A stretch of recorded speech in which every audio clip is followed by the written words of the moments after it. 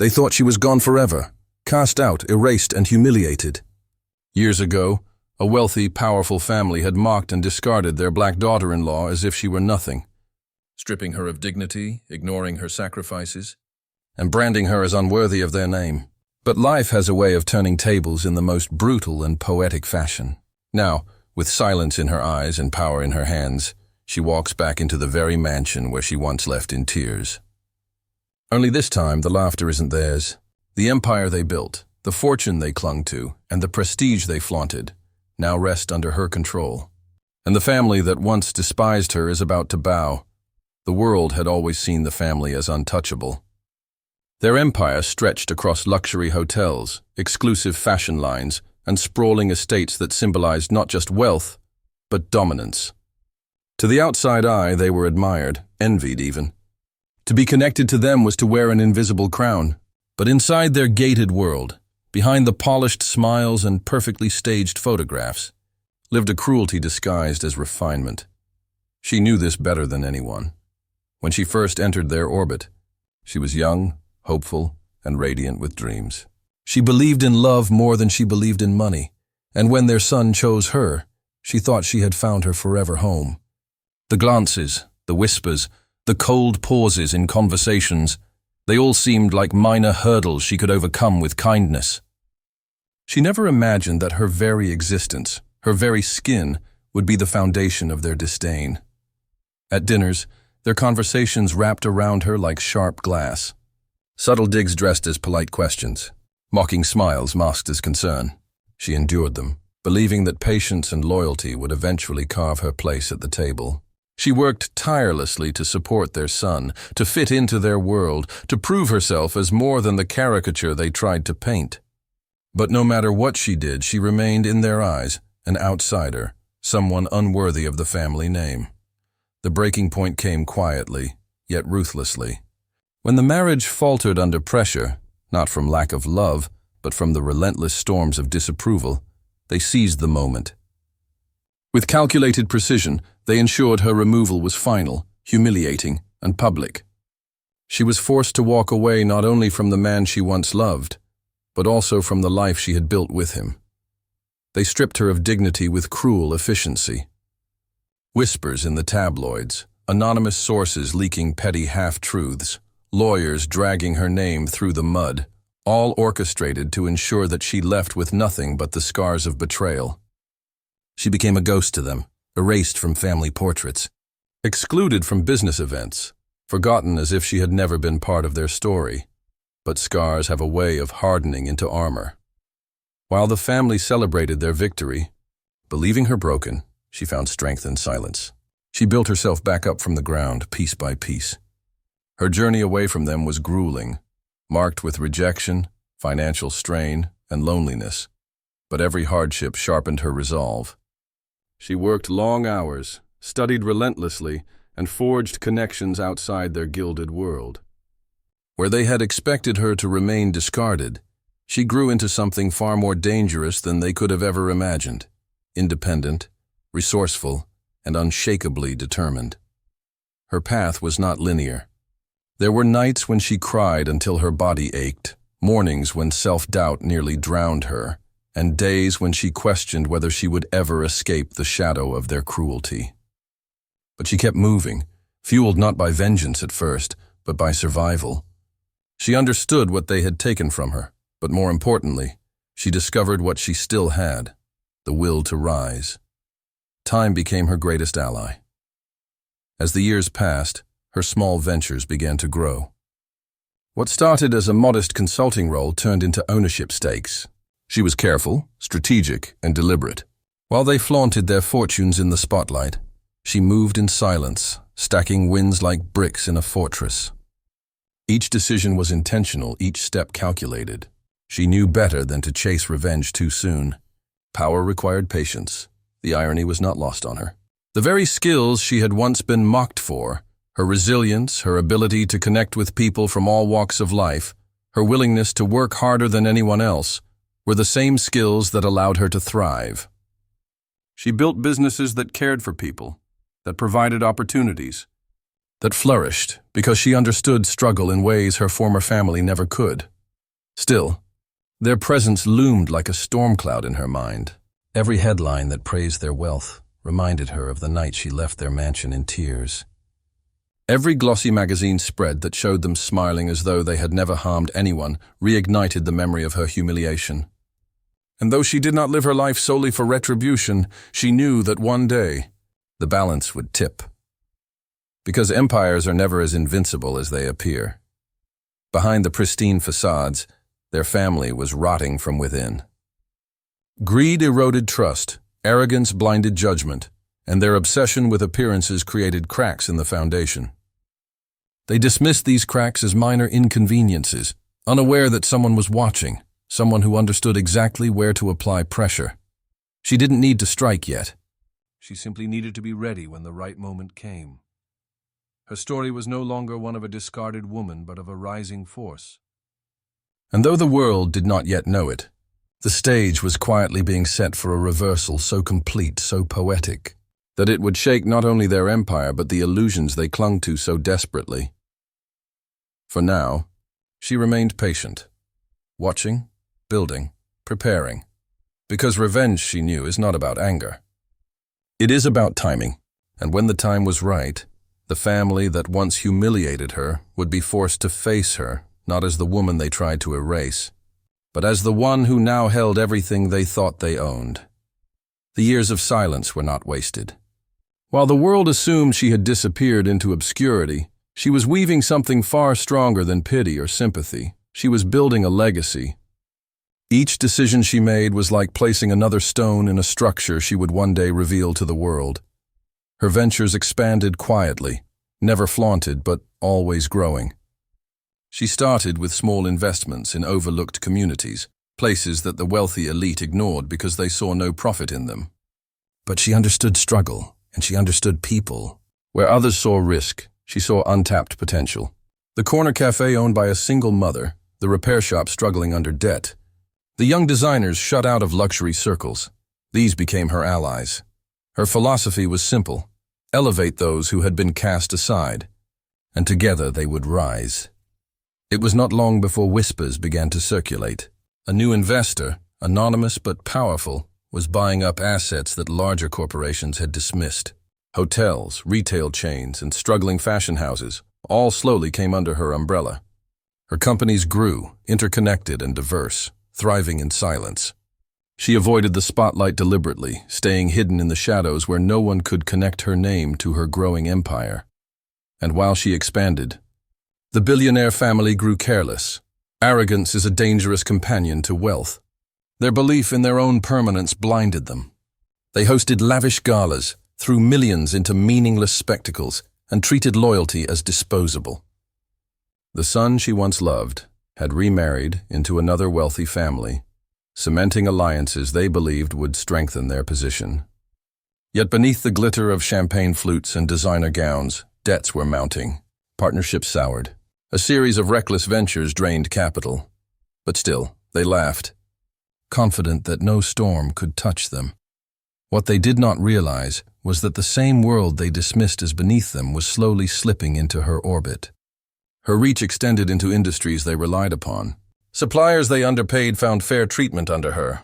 Workers they mistreated found stability in her companies. Even competitors they had crushed in the past discovered new life under her leadership. Piece by piece, she was creating a network that, unbeknownst to them, was tightening around their empire. And yet, she was not driven purely by revenge. At least not yet. Her goal had always been survival, growth, independence. But as her success mounted, so too did the memories of what they had done to her.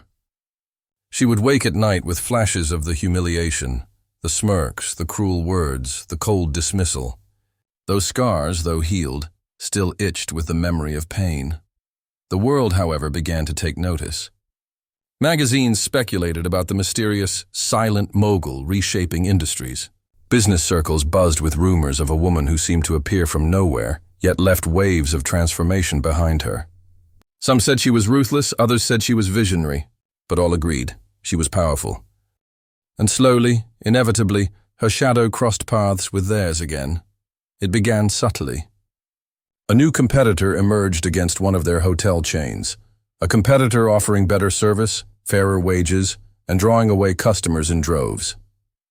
They dismissed it at first, believing no one could threaten their prestige. But numbers do not lie. Their profits slipped, their investors grew restless, and for the first time, cracks in their flawless image began to show. Next came fashion. Their luxury line, once the darling of the elite, faltered as fresh designers, backed quietly by her, captured attention. Their arrogance blinded them to the shifting tide. They scoffed at these new names, never realizing the same woman they had cast out was the silent force funding their rise. The irony was delicious. She watched all this unfold with measured patience. She did not strike directly, not yet. She wanted them to feel secure even as the walls closed in. Because true humiliation does not come from a single blow. It comes from the slow, dawning realization that everything you once believed indestructible has already slipped away. And the family?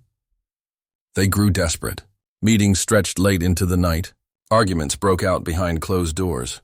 The son who had once stood by her became distant from his new allies, burdened by the stress of failing businesses. The matriarch, sharp and cold as steel, snapped at anyone who questioned her authority. The patriarch threw money at problems that could no longer be solved with a signature on a check. Meanwhile, invitations began arriving at her desk. Requests to attend galas, to meet with investors, to collaborate with names she had once only dreamed of knowing. She declined most, still preferring the shadows. But one invitation made her pause. An exclusive charity gala hosted by the very family that had discarded her. It was almost poetic. She had no need to attend, not yet. But the idea lingered in her mind like a spark waiting for flame. She was no longer the woman who left their mansion in tears. She was the silent force reshaping industries, the power behind the curtain. And though they did not yet know it, they were already dancing to the rhythm she conducted. For now, she allowed them to stumble in ignorance.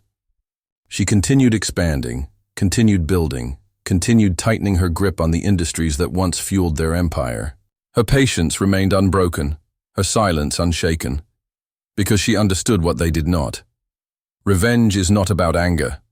It is about control, and soon, when the time was right, she would return.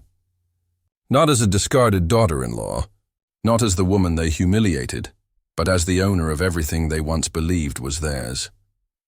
The gala glittered with excess. Chandeliers spilled golden light across marble floors, violins hummed through the air, and the city's most powerful gathered beneath the roof of the billionaire family's estate. It was meant to be their triumphant display, proof that despite rumors of financial instability, they remained untouchable. The matriarch floated across the room in diamonds, her smile as sharp as glass. The patriarch shook hands with foreign investors, his laughter a little too loud, a little too forced. Their son, once her husband, stood stiff beside his new wife, rehearsed charm covering his unease. Cameras flashed, glasses clinked. The world was watching, and into that world she walked. The doors opened, and the room seemed to shift. At first, no one recognized her. She was no longer the fragile woman who once slipped out of this mansion in tears. She was power embodied, her presence commanding, her gown understated yet regal, her silence louder than the orchestra's music. Conversations faltered, eyes followed her, and then came the whispers. Was it her? The ex-daughter-in-law they had erased from family history? The woman they had humiliated and discarded as though she were nothing? She did not rush, did not force attention. She simply moved through the crowd as if she belonged, because now she did. The investors who once ignored her reached for her hand. Business leaders leaned in with respect.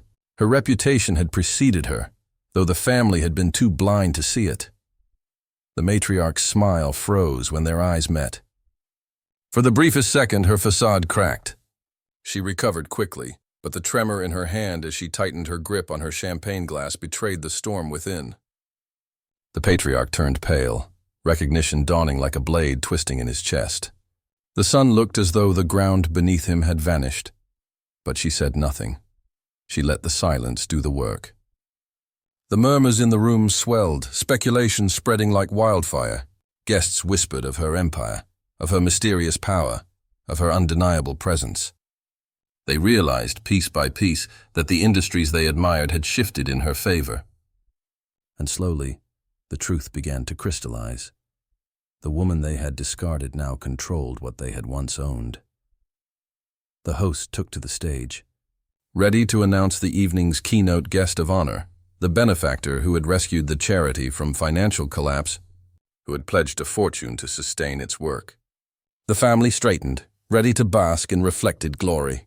But when the name was spoken, the room erupted in applause, and the spotlight turned not to them, but to her. She rose with calm grace, the sound of clapping hands thundering through the hall. The matriarch's smile shattered completely. The patriarch staggered. The son's wife lowered her eyes in shame, and she walked to the stage. Not as a victim, not as the discarded outsider they once mocked, but as the benefactor, the savior, the owner. The speech was short, deliberate, and devastating. She thanked the guests, spoke of resilience, and praised the importance of lifting others rather than tearing them down. Every word was aimed like a blade, not naming the family but cutting them all the same. She spoke of being underestimated, of being told she was unworthy, of rising from nothing while others tried to bury her. The room listened in reverent silence, many casting sidelong glances at the pale, shaken faces of the hosts. When she concluded, the applause was deafening. Not for the family. For her, the humiliation was complete. The empire they had flaunted as untouchable now trembled beneath the weight of her success. Their investors drifted toward her after the speech, eager to align with her vision. Their allies began to rethink their loyalty. The same people who once worshipped the family now turned their backs, drawn to the woman they had tried to erase. For the family, it was a living nightmare. Every insecurity they had ever buried rose to the surface. The matriarch's grip on her glass cracked it in her hand, champagne spilling across her gown. The patriarch stammered hollow reassurances to anyone who would listen, his voice drowned out by the roar of the crowd. Their son avoided her gaze entirely, knowing the truth, that she had won not only power, but dignity. And through it all, she remained silent, poised, untouchable. Humiliation is not always a spectacle of shouting or confrontation. Sometimes it is the quiet revelation, the undeniable proof that the tables have turned completely. She did not need to scream her triumph. She did not need to call out their cruelty. The very fact of her presence, her ownership, her command of the room, was enough. By the end of the night, the whispers had hardened into truth. The family was no longer the center of power. She was, and they knew it. The gala that was meant to restore their reputation had instead destroyed it, turning their mansion into the stage of their greatest disgrace. Their faces, once symbols of control, were now etched with humiliation, fear, and the dawning realization that they had lost everything.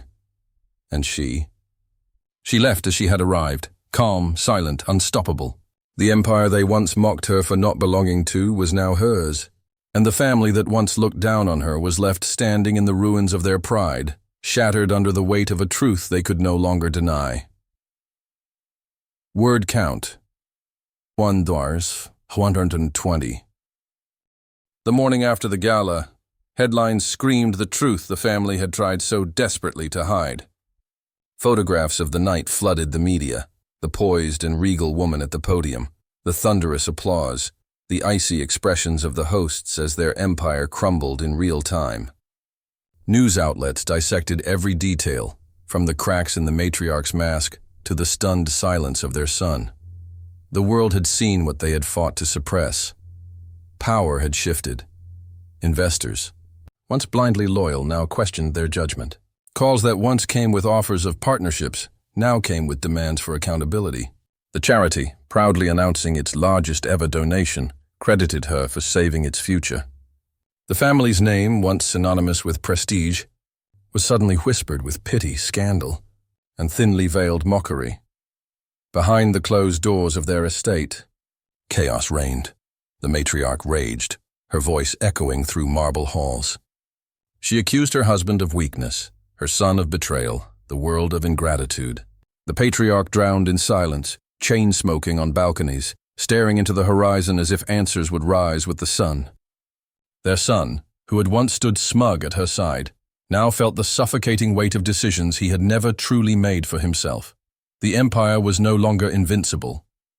It was bleeding, contracts slipped away, partnerships dissolved. Designers and artists left for her camp, eager to be part of something new, something fair, something visionary. Workers abandoned the family's businesses, seeking the stability and dignity she offered. One by one, the pillars that had held up their wealth collapsed, not with thunderous crashes, but with steady, undeniable erosion. And she? She did not gloat. She did not need to. Her empire grew with quiet precision. She expanded into industries they had monopolized, not as a predator but as a builder. Her hotels thrived, not because they flaunted luxury, but because they treated workers and guests with humanity.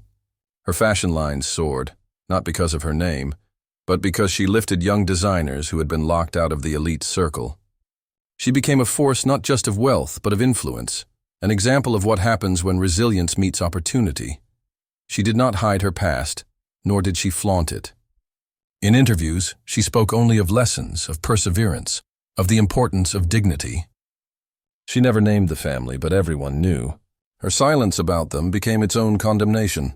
For what greater humiliation could there be than being erased by the very woman you tried to erase? The family's collapse grew public. Lawsuits mounted, debts piled, and once loyal allies turned away.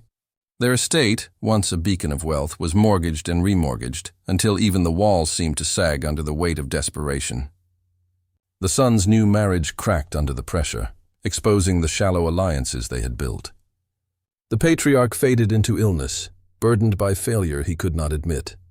The matriarch fought until the very end, clawing for scraps of influence. But power had slipped through her fingers, and the public reveled in the irony. The same magazines that once praised them now published exposés of their cruelty. Former employees came forward with stories of exploitation. Partners revealed tales of arrogance and manipulation. Piece by piece, the facade shattered, until all that remained was a family stripped bare. Their legacy reduced to a cautionary tale. But for her, victory was never only about their downfall. She poured her energy into building something greater than revenge. She launched scholarships for young women who had been dismissed for their backgrounds. She created mentorship programs for entrepreneurs shut out of opportunity. Her empire became not just a monument to her resilience, but a lifeline for others like her. People who had been told they were not enough, who had been pushed aside, who needed proof that they, too, could rise. She did not live in their shadow anymore. She had created her own light. Years later, when people spoke of her, they spoke not of humiliation or divorce or cruelty. They spoke of vision, of transformation, of power earned through grace and persistence. Children learned her name in classrooms, not as a footnote in the story of a wealthy family, but as the protagonist of her own.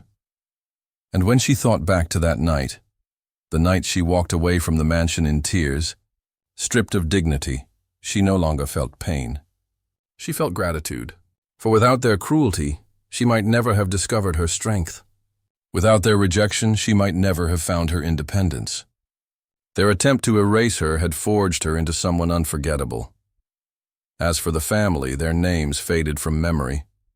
The estate, eventually sold to cover debts, became a shell of its former glory. The patriarch died quietly, his empire gone. The matriarch, clinging to bitterness, lived long enough to see her rival celebrated in ways she herself had only dreamed of. The son, haunted by regret, lived in obscurity, forever a reminder that privilege without strength is hollow. Their downfall was not loud. It was slow, inevitable, and merciless. The moral was clear to all who watched their story unfold. Arrogance destroys itself. Prejudice weakens families, and cruelty is always repaid in time. Wealth can buy power, but it cannot buy respect, and those who underestimate others often find themselves bowing to the very people they sought to break. In the end, she had taken nothing from them. They had destroyed themselves. All she had done was rise. And as she stood at the helm of her empire, surrounded by the countless lives she had touched, she understood that true revenge is not about destruction. It is about survival, success, and building something so undeniable that those who tried to bury you are forced to watch you bloom. The family had once believed they owned everything, Now they owned nothing, not even the story of their own legacy. That story belonged to her, and she carried it with grace.